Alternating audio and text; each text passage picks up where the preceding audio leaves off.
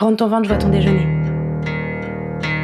C'était pas ce cadre d'exigence de haut niveau de danse qui était totalement différent que peut-être celui-là que tu as reconnu 10 ans après. C'est vrai, il y avait de ça. Il y avait beaucoup de ça d'ailleurs. La quête d'exigence, de perfection permanente. Parce que c'est ça aussi la danse, ce qui est différent entre la danse et certains autres sports, c'est qu'il y a une quête de beauté dans tous les mouvements, et qui fait que c'est la silhouette qu'on cherche à retrouver. Et le problème avec cette histoire de silhouette, c'est aussi, je pensais te parler de santé mentale, c'est aussi les troubles qui peuvent se développer autour de l'image que tu as de ton corps, de toi, de comment tu bouges dans l'espace et du regard que les autres posent sur toi.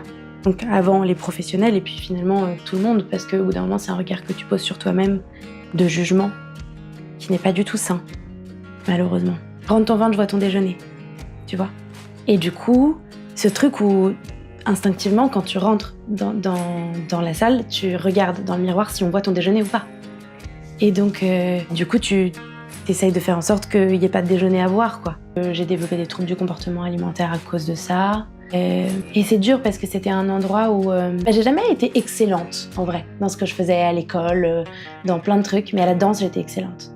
J'étais très bonne. J'avais pas la technique parfaite, j'avais pas la rigueur parfaite, mais sur scène, j'avais l'expressivité nécessaire pour que on regarde pas certains trucs de technique que je pouvais, là où je pouvais manquer de précision, de souplesse. Enfin, il y avait toujours quelqu'un de plus souple et de plus précis que moi, mais sur scène, je savais que j'étais bien. Je savais on me voyait bien. Voilà.